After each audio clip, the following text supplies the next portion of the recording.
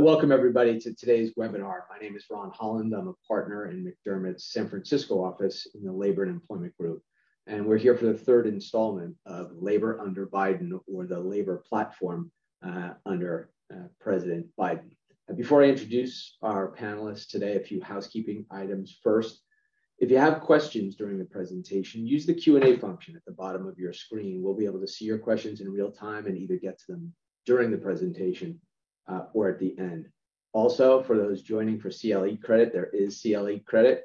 We'll give instructions at the end of the presentation. For you folks in New York, you're definitely going to have to wait because we give it at the end of the presentation. So sorry about that. Now, without further delay, let's get going. If we move to the next slide. With me today, I have my partner, Kristen Michaels, in our Chicago office, a very experienced labor and employment lawyer. We discuss labor issues on a fairly regular basis. And here in San Francisco, Philip Schechter, another lawyer in our office, and Philip and I sort of work hand in hand on many of these issues that we're going to discuss today. You can see our agenda up on the screen, the Biden agenda. We're going to go over the current state of affairs with regard to the PRO Act, which you've all probably heard of, the infrastructure bill, and the Build Back America Act, which is actually being considered, I think, today on the House floor. We're going to look at the uptick in labor organizing and union activity over the last 12 months or so. There's been a very pro-labor environment, and that's fostering a lot of union activity and employee activity. There have been a few watershed moments that we're going to talk about, and we can't leave today's presentation without talking about Striketober, of course. NLRB developments, there's a change of the guard. We now have three Republican members and two Democrats. Three Democrats, two Republicans. I only wish it were the other way. But we have three Democrats and two Republicans, and that's going to change the scope of the cases that will be decided over the next 4 years. And then we're going to talk about workplace activism, where it meets protected concerted activity. You know, you've heard my partners and I, and those on the panel, continue to talk about unionism being a new social justice movement. We're going to talk a little bit about what we're seeing in the workplace, about where workplace activism, employee activism, and social justice issues meet the legal standard for protected concerted activity. Without going any further, I'm going to turn it over to Philip Schechter. Thanks, Ron. If we can go to the next slide. Thank you. As most of you know, on Monday, President Biden signed the $1 trillion bipartisan infrastructure bill into law. We know that President Biden has long sought to make union neutrality a condition for employers to receive federal funding for projects under the infrastructure bill, meaning that an employer would have to agree not to oppose a union's effort to organize workers. When the White House first released the outline for the infrastructure bill earlier this year, union neutrality was part of that proposal. Notably, the bill that President Biden signed on Monday does not include union neutrality as a provision. However, on Monday, President Biden also signed an executive order outlining the administration's implementation priorities for the infrastructure bill and establishing a task force to coordinate the law's implementation. And one of the six main priorities, one of the administration's six main priorities in implementing the bill is to focus on high labor standards for jobs, including prevailing wages and the free and fair chance to join a union. So what this suggests is that the administration and the task force are looking at whether and to what extent they can encourage or even require neutrality as a condition to receiving federal funding. Now, obviously, if federal contracts are involved, the government can pretty much attach whatever strings they want. But with most of the funding going to states, it's an open question whether the government can impose neutrality requirements through executive or administrative action. Certainly, we can expect to see a lot of legal challenges for the administration to try to do so. And so we'll have a better sense of what the administration is thinking over the next few months as the task force meets and comes forward with their proposals. Next slide, please. We also wanted to recap very quickly the PRO Act and where things stand. As we've covered before, the PRO Act proposes sweeping changes to labor laws. That bill is pretty much dead in the water for the time being. But because the PRO Act isn't going to survive a filibuster, what Democrats have done has been to whittle down the PRO Act to certain provisions and trying to include it in the spending bill to be passed through budget reconciliation, which only needs a simple majority. Now, the most significant PRO Act provisions have been dropped from the spending bill entirely. And you see most of these listed on the slide right here.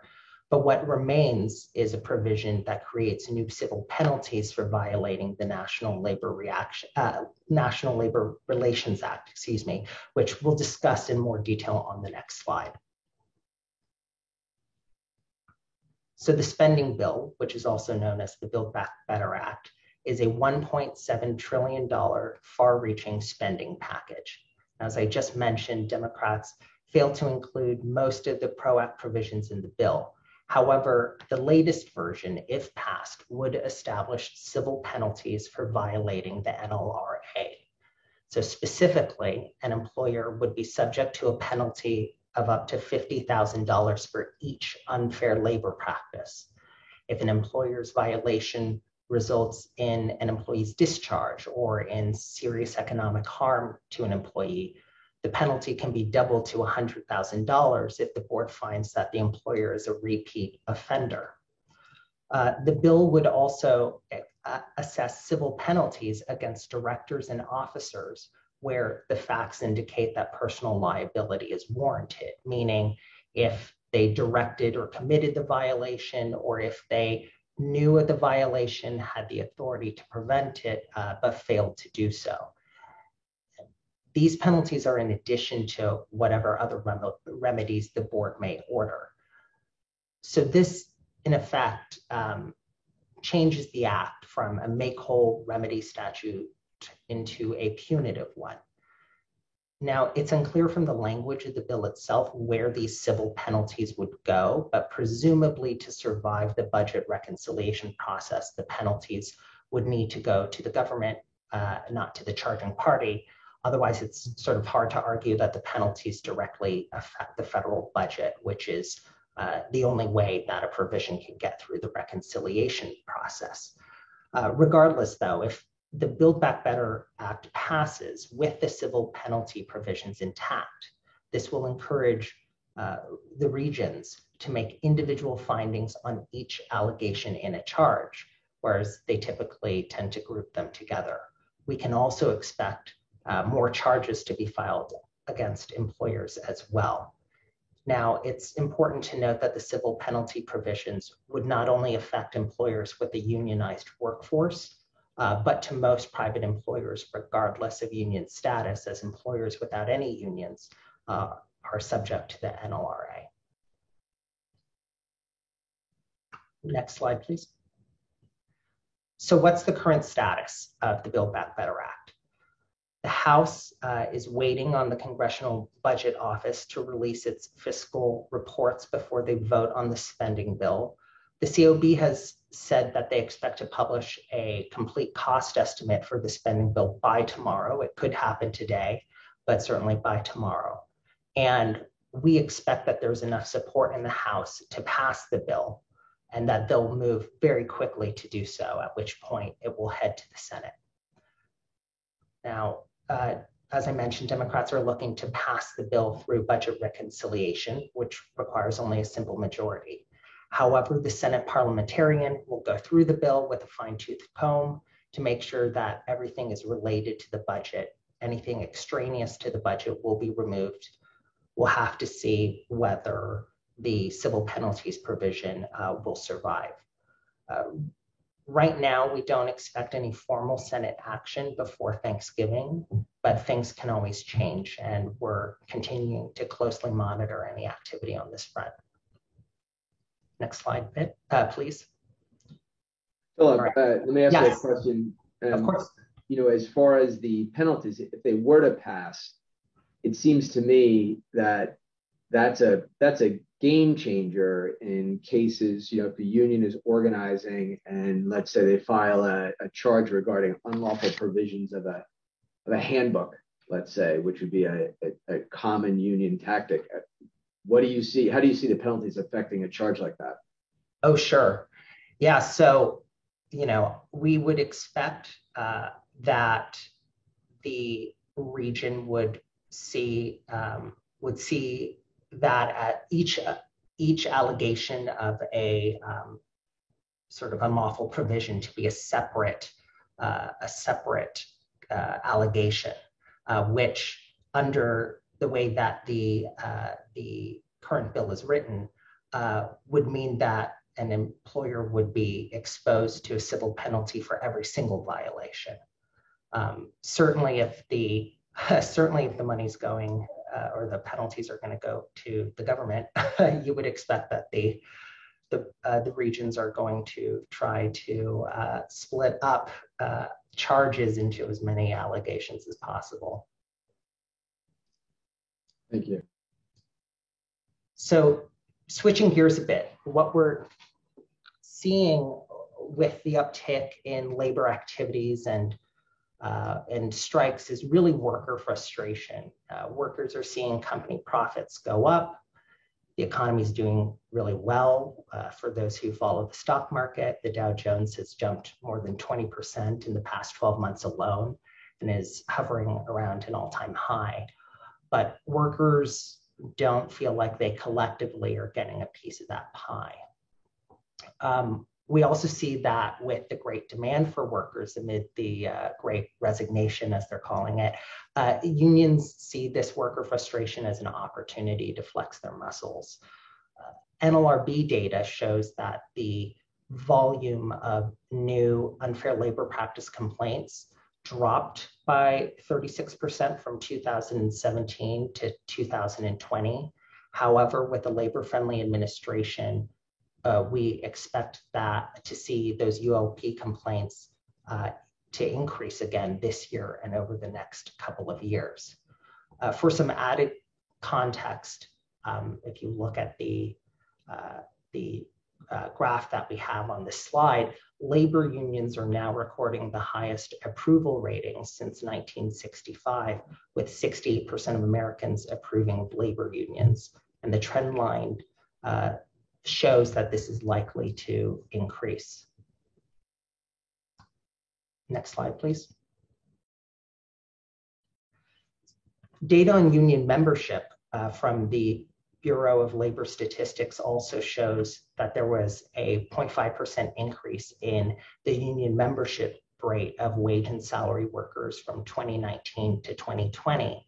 That might not seem like a lot, but if you look historically, you can see a steady decrease over decades, and now we're starting to see the numbers rise. We are also expecting to see these numbers continue to rise this year when the BLS reports this year's data. In fact, we're seeing more organizing drives, as Ron mentioned at the start, in both traditional and non-traditional settings. And as anyone on top of the issue knows, tech workers, for example, are engaging in an uprising of sorts. And it's not traditional issues of wages that they're focused on. They want a voice in succession planning, in who the company contracts with, as Ron mentioned, what social justice issues the company supports. And they believe that unionism will get them a seat at the table. Next slide. Labor has had quite a few watershed moments in the past year, especially in the past 6 months. Of course, we can't talk labor organizing without addressing the fact that many have been watching very closely the union's targeting of Amazon. Workers at Amazon's facility in Bessemer, as many of you know, voted against unionizing. A successful organizing drive would potentially have opened up the second largest private employer in the country to further unionizing efforts. And more than that, a win in Bessemer would have been a shot in the arm for all union labor organizations across the country. Amazon workers in Staten Island began their efforts to unionize recently. But late last week, the facility in Staten Island withdrew their election petition as they failed to show that they had enough support for unionizing. In this instance, we'll have to watch and see what Amazon's victories in Bessemer and Staten Island mean for the future of organizing at large.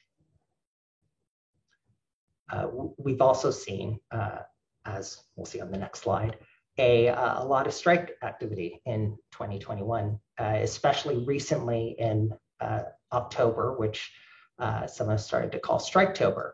According to the Bureau of Labor Statistics, there have been major labor disruptions this year, including 12 strikes that involved more than 1,000 workers. John Deere, for example, had strikes in multiple states, from Colorado to Illinois to Kansas. More than 10,000 workers went on strike in October, and just yesterday, the union and the company reached a deal on a 6-year agreement with a 20% total wage increases over the life of the contract. Volvo Trucks also had a strike in Virginia where 2,900 workers were involved. That strike lasted 35 work days, and the company and the union reached a deal in July. Kaiser Permanente struck a deal with unions in California to avert a strike of over 30,000 workers. Nonetheless, over 60,000 nurses and healthcare workers may walk off their jobs today and tomorrow in sympathy strikes in support of the Stationary Engineers Local 39, which is part of the International Union of Operating Engineers, who are demanding pay increases. For additional context, this map here shows how geographically spread out the strike activity has been, from the 10,000 John Deere workers in Iowa to 1,000 Alabama coal miners to 200 workers at the Boston Museum of Fine Arts. And this sort of strike activity is continuing. Just this week, 4,000 University of California lecturers were on the cusp of striking, but reached a deal at the last minute.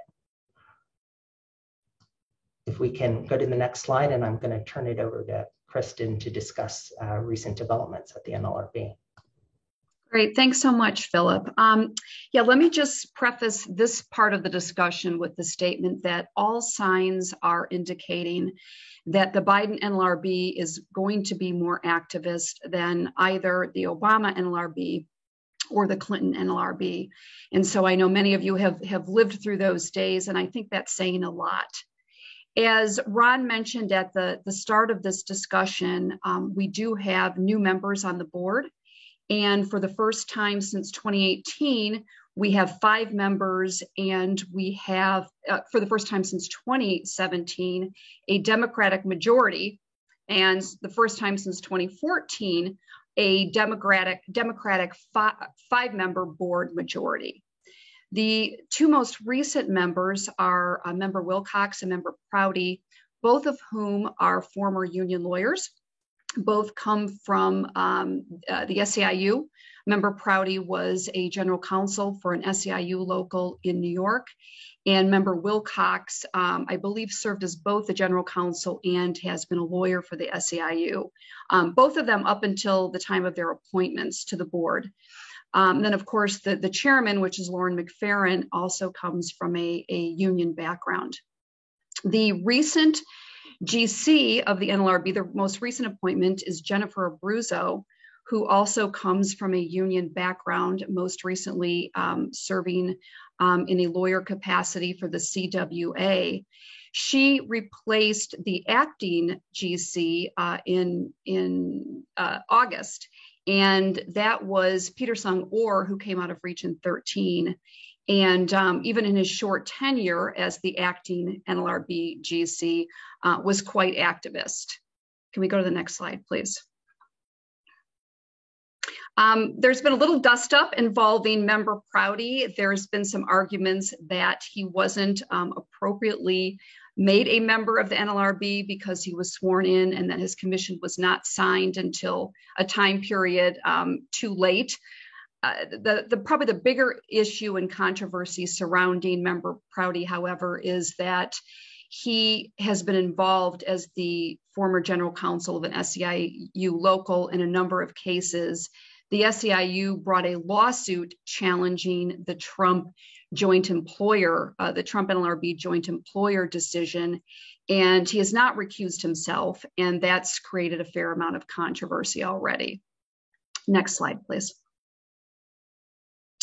The other issue that is probably of more concern to many employers is the termination of Peter Robb, who was the former general counsel. Many of you may remember that in the first days after President Biden was inaugurated, he gave Peter Robb an ultimatum that he either resigned or he would be terminated. Peter Robb refused to resign, saying, "I still have time left during my tenure." And so President Biden fired him. There has been some arguments that this is not appropriate. In one case, a defendant in a 10J injunction case said, look, you can't bring the case against us because Peter Robb was inappropriately dismissed. The federal district court judge in that case said, although board members can only be terminated with cause, the judge did not read a similar prohibition in the case of an NLRB general counsel and said, I'm going to give it a plain reading of the act and think that Peter Robb could have been terminated without cause.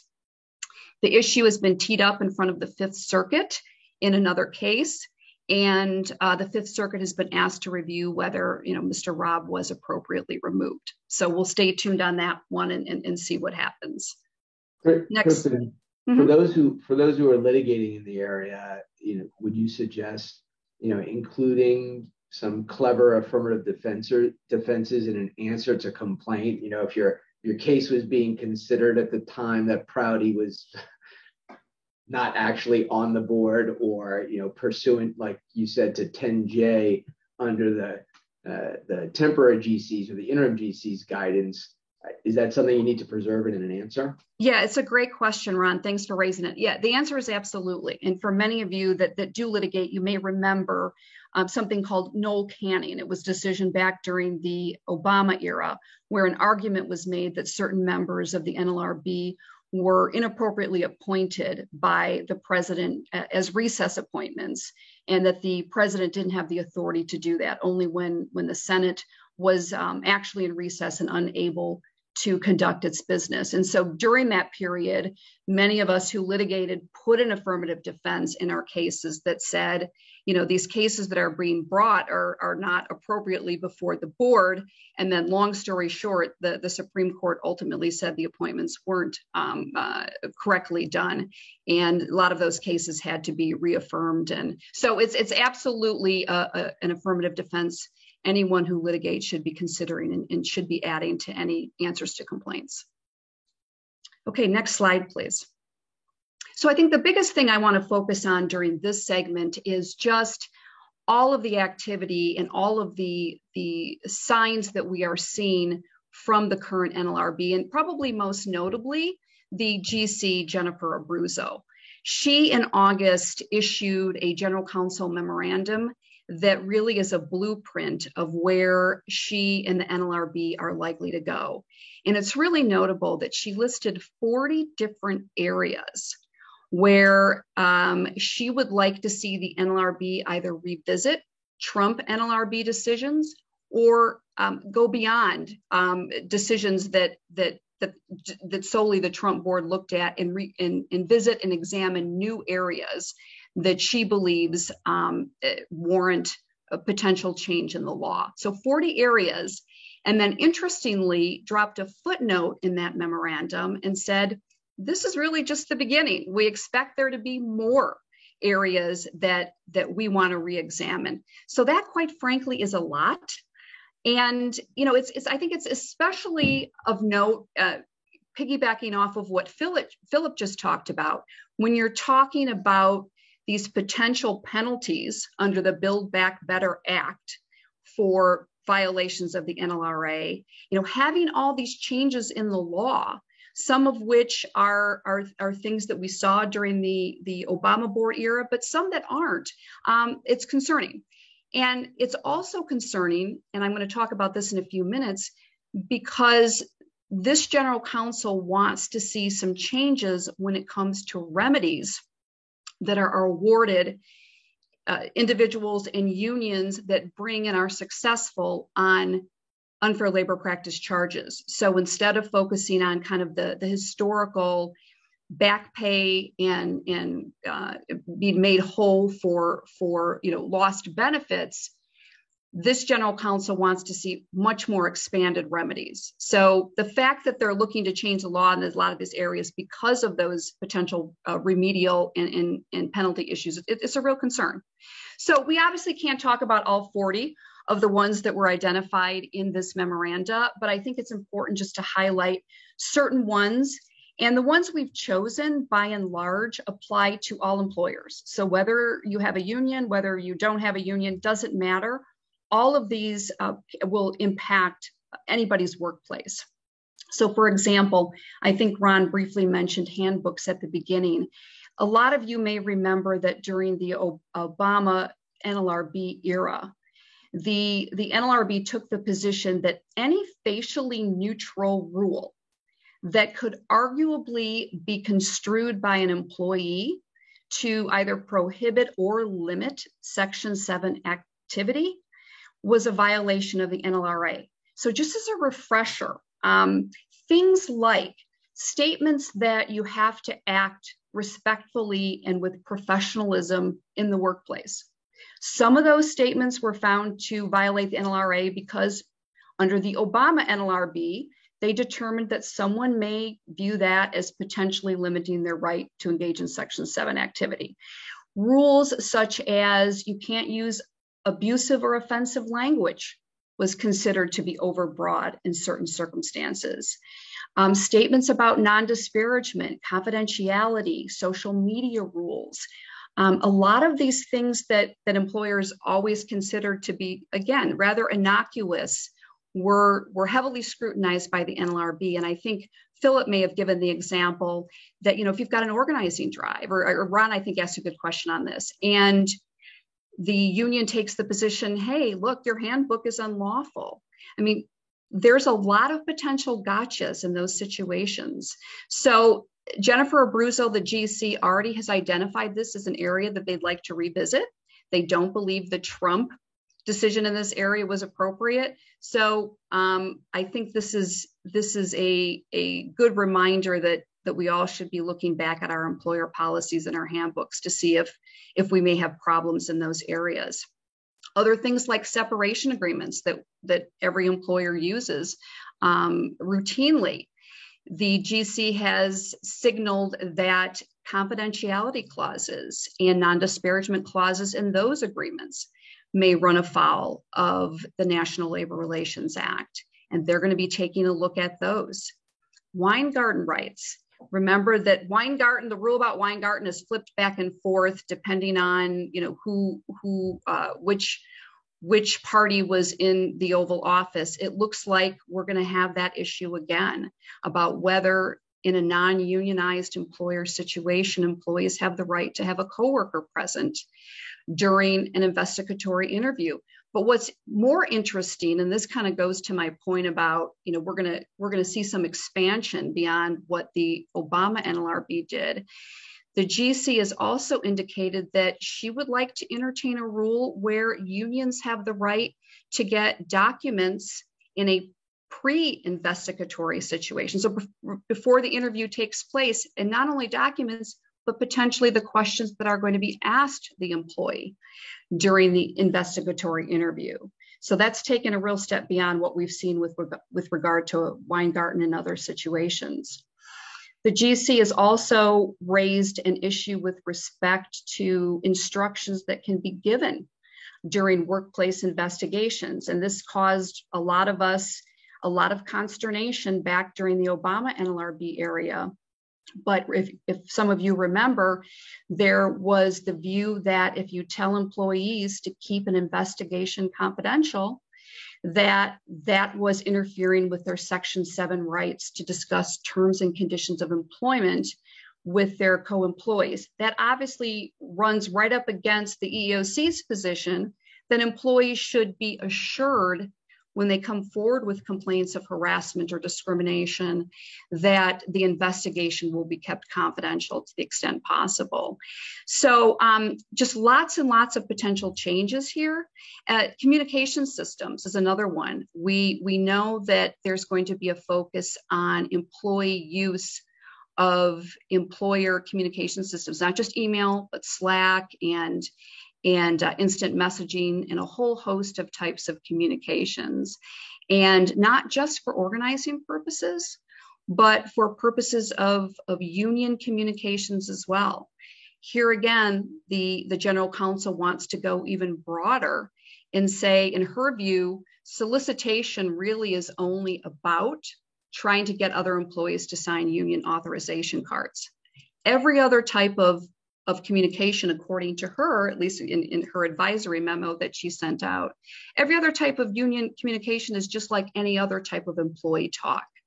So just a lot to keep an eye on here. And we wanted to make sure that you're aware. And for any of you that don't know how to find the general counsel's advisory memo, her GC memo that lists all these 40 different areas of scrutiny, let us know. We're happy to send you a copy so you have that at your disposal. Next slide, please. Another sign that the general counsel is going to be super, super aggressive and activist is in the area of injunctions. Shortly after she issued her memoranda regarding what areas that she'd like to see reexamined in terms of the law, she issued a memorandum that said, I want to see the NLRB using injunctions more. Typically, injunctions are a device that have been used rather sparingly by the NLRB. They have to go into federal court to request the court to issue an injunction. But General Counsel Abruzzo has said, I think we need to be using them more. You'll see up here on your screen some of the kind of historic situations where injunctions have been used. But again, what's really interesting about her memo is that she's saying, I really think we need to be using these more in situations where there's been interference with protected concerted activity.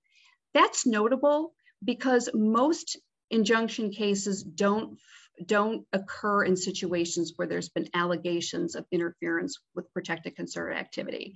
If you look at them, and the NLRB publishes them, very few have ever involved protected concerted activity.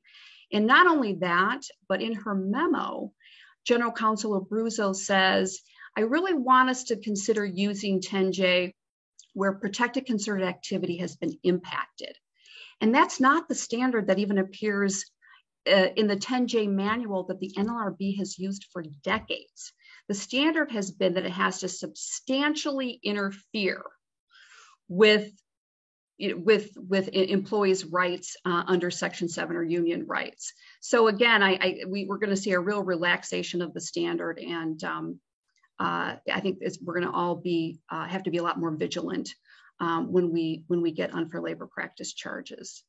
Next slide, please. As an aside, we are seeing with the ULPs coming in almost routine requests for 10J relief, even if it's not on the general counsel's list. So for example, Philip and I have a charge right now where it's just a simple handbook allegation. 20 of the policies are unlawful. None of them are actually under the current standard, but the board is looking to change that standard, as Kristen pointed out.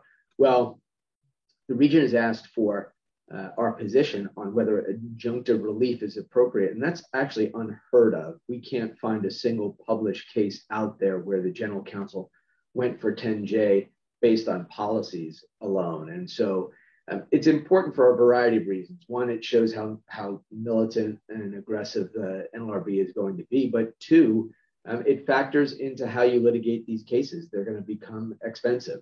They're going to become It's going to require a comprehensive strategic approach. A lot of these charges will be referred to the Division of Advice in Washington, D.C.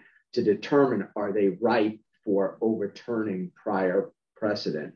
And so it's an interesting time to litigate in front of the board right now, because there's going to need to be a lot more effort and detail and strategic thought going into your position with the NLRB, knowing that Washington is going to consider your response as opposed to the regional director locally. Yeah, I think that's a great real-time, real-world example, because it goes right to the point that normally we would see 10J cases in situations where it's a newly organized union and there's allegations that an employer is not bargaining in good faith for a first contract, or there's been interference with an organizing drive. A policy, an allegation over improper policy, as Ron said, is really unheard of. So it shows you that the really activist nature of this board has already started. And then I mentioned briefly that the General Counsel also was really focused on remedies, and not just remedies in cases that are being litigated, but also remedies in settlement. So I want to bring both of those situations to your attention. So General Counsel Abruzzo teed this up in her memo that she issued in August. And then more recently, you can see about a week ago, the board has asked in a particular case for the parties and the public to file briefs on the issue of whether the board should modify its traditional make-whole remedy. And just to give you an insight into what General Counsel Abruzzo is thinking, she believes that in addition to full back pay and full benefits that an individual may be entitled to as a result of an unfair labor practice, she wants the board to consider things like, were individuals unable to pay their credit cards? And if so, what kind of interest did they have to pay? That would be an element of a remedy. What did they have to spend on efforts to find a new job? Were they late on their car payment? If so, how much interest was involved in that? Did they lose a car because they had unlawfully lost their position and weren't able to keep the car? So as you can imagine, in these cases, I mean, not only are you going to be defending on the merits of the case, then there's going to be, as Ron says, just a lot of litigation around what is an appropriate remedy. How do you prove how you've been harmed? How do you prove that someone hasn't been harmed? And Jennifer Abruzzo doesn't just want to focus on remedies in actual cases, but she has taken the position that in settlements of unfair labor practice charges, the region should be looking for similar types of agreements with employers. According to the General Counsel, settlement really means full remedy plus more. It's not, what some of us would think of as a settlement. It's everything plus. And that's a concern. And in fact, in her memo, she even goes on to say, look, regions, you're not really constrained by the law right now. You can be really creative in what you're doing. And this is what we think you ought to be doing. And she also said, which I thought was noteworthy, that she doesn't believe that employers should be able to settle cases with a cash or a monetary settlement in exchange for a waiver of the right to return to the workplace. She does not believe that's an appropriate settlement. So just a lot going on in this area as well, and a lot for us all to be aware of and keep our eye on. Next slide. I think that this is where I pick up, Kristen. Yep. So you hear us talking a lot about advice memos from the GC as opposed to cases, and that's because that's all we have right now.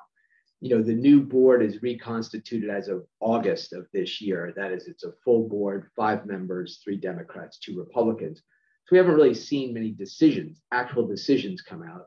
What we're seeing is guidance from the current GC. And so that's why we're focused here. The one we have up on screen has to do with something I'm sure near and dear to everybody's hearts. That's the OSHA ETS, the Emergency Temporary Standard that was issued regarding vaccinations. This is a GC memo that came out November 10th, so just recently. If you have an organized workplace, you're actually going through this right now. Not a lot of guidance here by our current general counsel. It's almost act at your peril with the guidance of, if it's discretionary, you have to bargain. If it's non-discretionary, then you don't have to bargain over the decision, but you have to bargain over the effects. So for instance, do you have to have a plan in place by December 6th? Yes, you have to have a plan in place.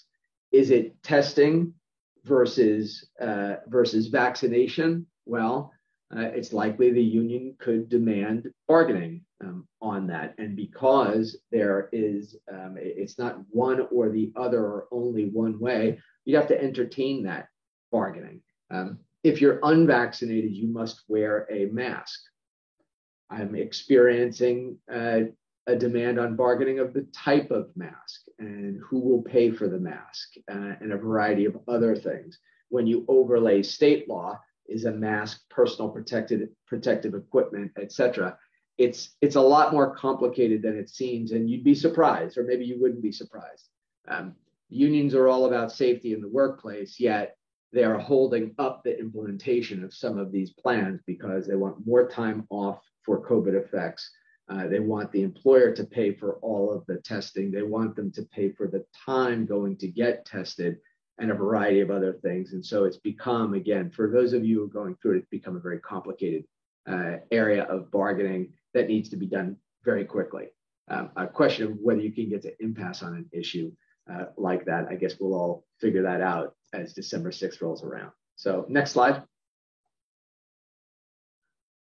Here's a really interesting one. This is an advice memo from April of this year. And so we've been talking about, this affects unionized and non-union employers. This was actually a non-union situation. You have Caesar's Palace, the current Trump standard that says if the employer has a property interest in the electronic communication system, i.e. email, then it can regulate what the email is used for. Simplistic explanation or definition. Purple Communications, the prior decision was you can't restrict the email, essentially. You need to allow employees to engage in protected concerted activity via email. This case involved a non-union environment where the employer, I believe it was Renewal by Anderson, I think it was the Windows, they required employees to download the app GroupMe and required them to download it. It's free of charge.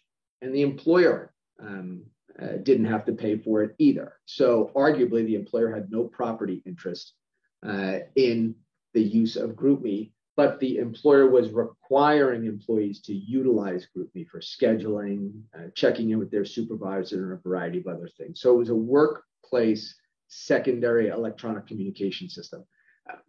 Employees started to talk about workplace issues and complaints and about wages and terms and conditions of employment. And in this particular case, the employee was shut down. They were shut down and removed from the GroupMe chat and told that they were being put in, quote, timeout. The employer made the argument that Caesar's Palace applies and we're allowed to restrict this communication system under current law. Division of Advice said, you know what? It's not Caesar's Palace because you don't have a proprietary interest in it, and it's not Purple Communication. Instead, it's good old non-solicitation, almost like your old-fashioned bulletin board. You got a bulletin board up there. You haven't restricted its use in any sort of way. Employees are having personal conversations via their GroupMe chats, and therefore discriminating against this employee or preventing them from engaging in workplace protected activity was a violation of the act. And so to something that Kristen was talking about earlier, we're going to see this analysis be at issue. We all know, when Purple Communications was decided, it was all about email and the restriction of email. But for those of you who are allowing, have introduced Slack into the workplace or Workplace, Facebook's Workplace or GroupMe or a variety of other secondary electronic communication means specifically for work. The question is, what kind of activity is permitted on those platforms? And, again, Philip and I are handling a matter right now that involves secondary communication. And the argument is it's not Caesar's, well, it is Caesar's Palace to the extent that it applies. If not, then it's more controllable on a discrimination standard, but this is a primary work communication tool. It's not for employees to communicate about personal matters. It's a specific work tool that the employer pays for in Slack's example. And so we are going to see a hotbed of activity around these secondary electronic communication systems and work tools. And indeed, the general counsel has said any case involving GroupMe, Slack, Workplace, and others are mandatory referrals to the Division of Advice in Washington, D.C. So your case will sit at the region, there'll be a recommendation, it will go to advice, and it will proceed slowly until advice gets around to writing a decision about that. Next slide. This is one of my favorites. This is a September 7th advice memo about what is and what is not protected concerted activity. So there are a lot of facts in here about the employee engaging in insubordination, but the salient fact on protected concerted activity is, if you're ready for this, one employee complains about their wages to a co-employee, mistakenly thinking that the co-employee is a supervisor and demands that they get a raise. The employee explains, I don't think we can ask for a raise right now. I don't think it's not timely. And the employee refuses to work, actually, going forward. They refuse to work without getting a raise, withholding their labor.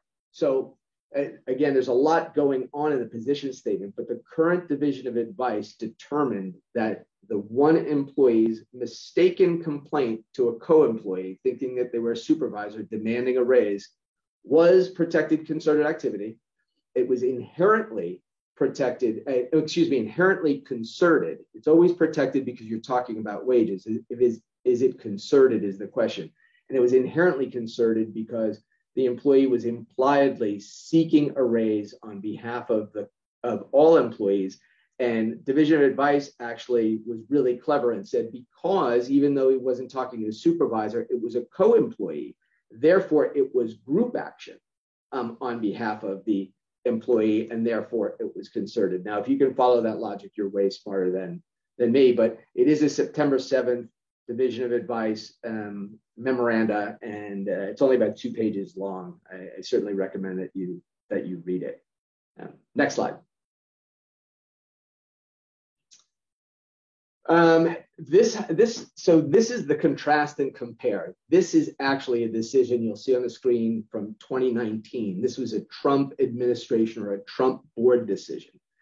In this particular case, there were a few skycaps at the airport, and a soccer team came through the airport, and the skycaps basically said, you know what, we did a job for them last year and we didn't receive a tip for it. And when the soccer team unloaded their gear, the skycaps walked away and refused to help. 3 of them together walked away and refused to help the soccer team with the gear. The Trump board found that that was not protected concerted activity. So there are 3 employees banding together saying, we're not going to do this work because they didn't give us a tip and you don't require them to tip, and therefore we're going to withhold our labor. The Trump board said that was not protected concerted activity, but as we just showed in the prior slide, one employee demanding a raise from another employee who had no authority to give it was protected concerted activity. So the world is upside down on protected concerted activity right now. What we do know is that PCA is going to be read very, very broadly, not only to cover meat and potato issues like wages and terms and conditions of employment and safety, we'll get to that, but also some of the more social justice issues that Philip had mentioned, or maybe Kristen had mentioned, about demanding a voice in succession planning, let's say, within an organization, demanding a voice in who a company contracts with, whether demanding a voice in government contracts and how money is spent.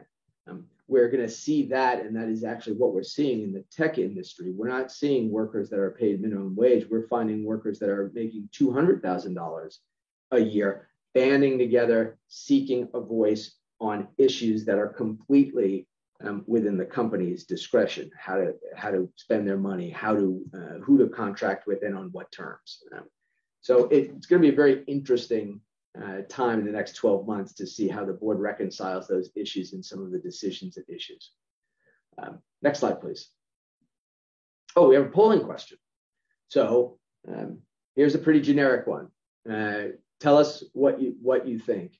An employee says, "I'm afraid the building is unsafe." Protected concerted activity today, or does it go too far and it doesn't cut it? You can vote now.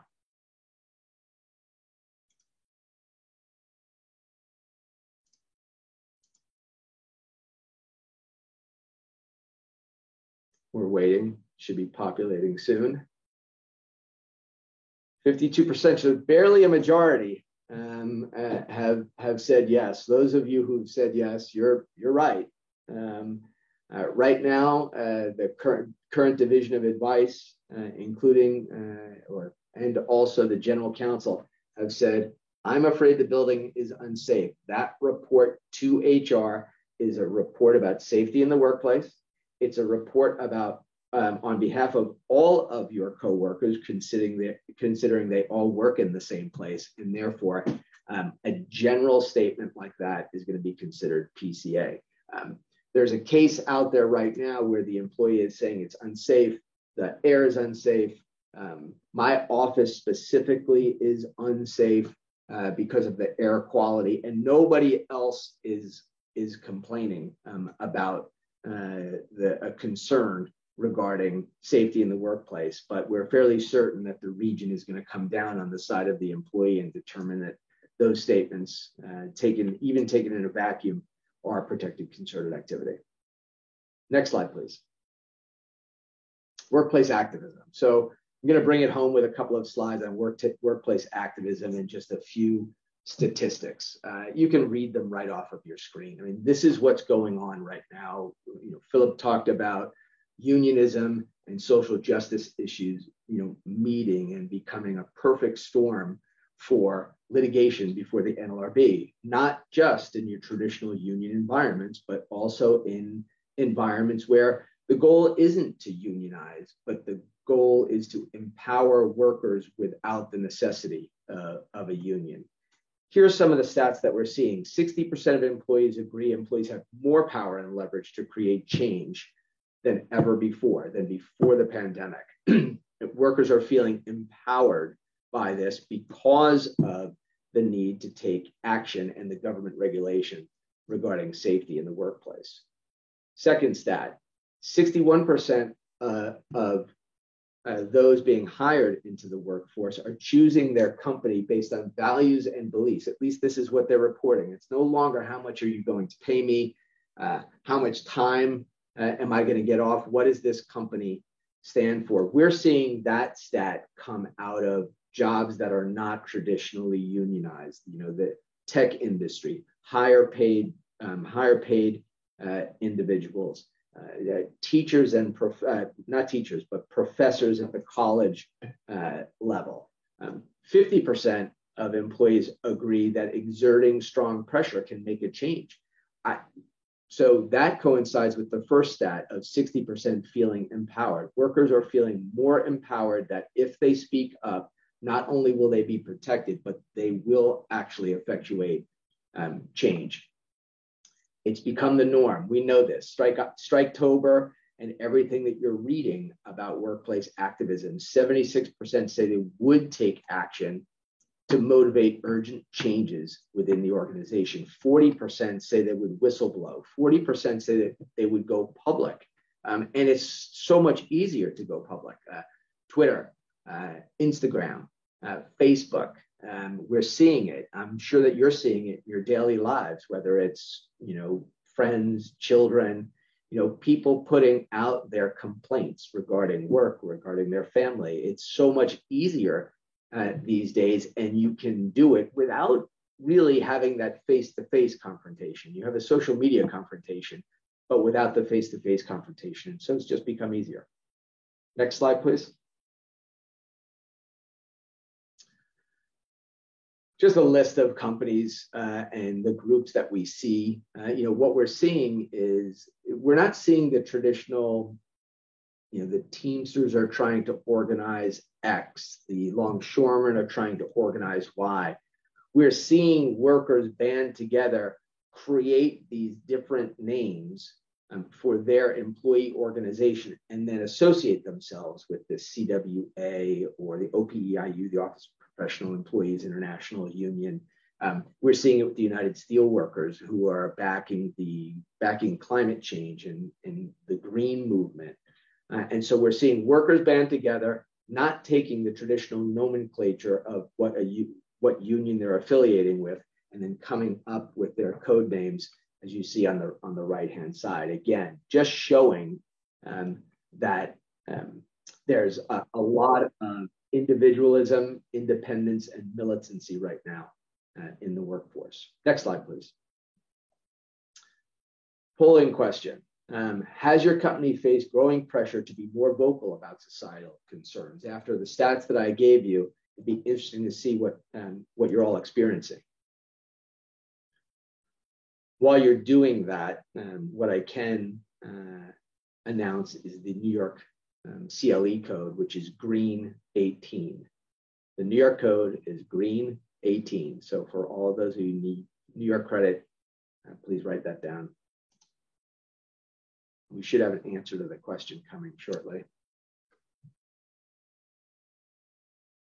52%, ironically, the same number that we got in the last poll, but a majority of you are experiencing growing pressure to be more vocal about societal concerns, whether it's chiming in regarding voting rights in Georgia, Black Lives Matter, even the current trials that are ongoing that involve race issues. We're hearing clients are being asked by their employees to make statements out there. And ironically, a lot of this can fall under no good deed goes unpunished, one of my favorite sayings, because there are senior executives and CEOs out there who have a presence on social media and are talking to employees to make sure that they've got a constant stream of communication. Yet, once they do that, you're going to go ahead and receive, well, why aren't you doing this? And why aren't you doing that? We want the company to take a stand. And so while we're all about communicating from the top down and communicating laterally, there's going to be some tough issues to tackle when you're asked to comment on some of the things that are going out there in public and some of these societal issues. Next slide, please. This is, again, just to emphasize workplace activism and the protected concerted activity. We're just seeing, more and more employees backing workplace revolution, workplace revolt, I guess, in order to accomplish, whether it's wages or whether it's corporate change, corporate culture, harassment in the workplace. Employees are taking a stand and feel more emboldened to do so. And so if there's one point that you can take away from that, in an environment that's not traditionally unionized, and you're not subject to a union organizing drive and don't expect to be, that doesn't mean that you won't find yourself in front of the National Labor Relations Board regarding some of the issues that we've raised today. We are seeing on the NLRB's website more citation and appeal to unrepresented employees, to those who don't have a union in the workplace, letting them know that they're more, the NLRB now is more like the EEOC and will protect you for engaging in this type of activity with your employer. I think with that, I think we're at the last slide. Yes, we are. We've been trying to field questions as we've proceeded along. There are still a few in the queue.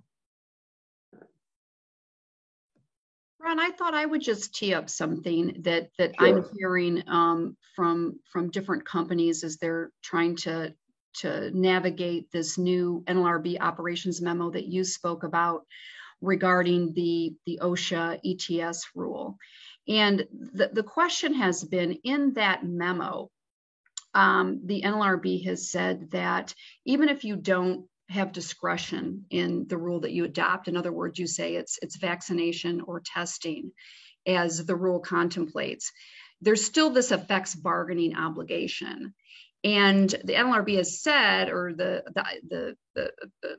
a portion of the NLRB has said in that operations memo, that whether you've appropriately satisfied your effects bargaining obligation such that you can go ahead and implement the mandate according to its schedule is going to be decided on a case-by-case basis, on a kind of a factual basis. And that's left a lot of companies scratching their heads saying, well, what does that mean? Because of, if this rule is not struck down and we've got to meet these deadlines, how do we know if we've appropriately effects bargained? And what do we do if the unions stall? They say, well, we need to have all this information or we can't get together.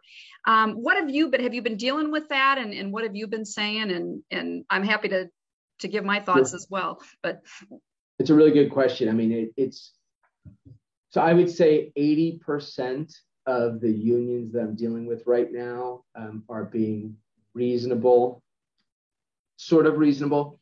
And we're coming to an agreement on pay, on implementation, on types of masks and things of that nature.